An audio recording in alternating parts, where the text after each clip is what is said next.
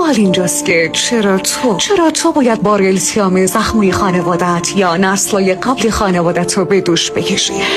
میدونی شاید این اصلا یه بار نیست، شاید این رسالت توه، نه چون خودت خواستیش، نه چون حقته و نه چون عادلانه است، بلکه چون تو اولین کسی هستی که میتونه، تو اولین کسی هستی که میتونه چیزایی رو حس کنه که دیگران نتونستن، اولین کسی هستی که حاضر نیست با شرم یا خشمی که بهش منتقل شده زندگی کنه، اولین کسی هستی که حاضر نیست قربانی باشه، تو اولین کسی هستی که شجاعت اینو داره که به درون خودش نگاه کنه. هر لایه از دردی که امروز داری احساسش میکنی همون دردیه که نسلای قبل تو شجاعت اینو نداشتن که باهاش روبرو بشن، قدرت اینو نداشتن که درمانش کنن، و تو تنها کسی هستی که میتونه کاری بکنه که نسلای بعد این درد رو تحمل نکنن. آدم و یادی نمیتونن دردی که تو باهاش مواجه میشی و درک کنن، و بدتر از اون اینه که حتی ممکنه کسایی که بیشتر از همه دوستشون داری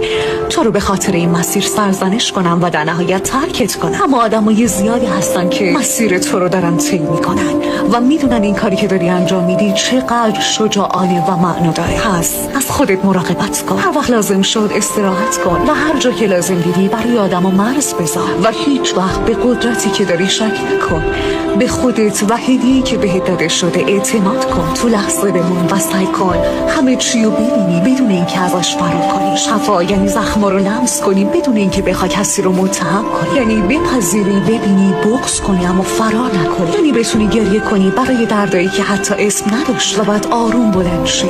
و راهی رو بسازی که هیچ کس از خانوادت جرأت ساختنش رو نداشتن و تو مسیری قدم بذاری که هیچ کس تا به امروز قدم نذاشته. تو قرار نیست قهرمان باشی، قرار نیست که همه بفهمن که چه کار بزرگی رو داری انجام میدی.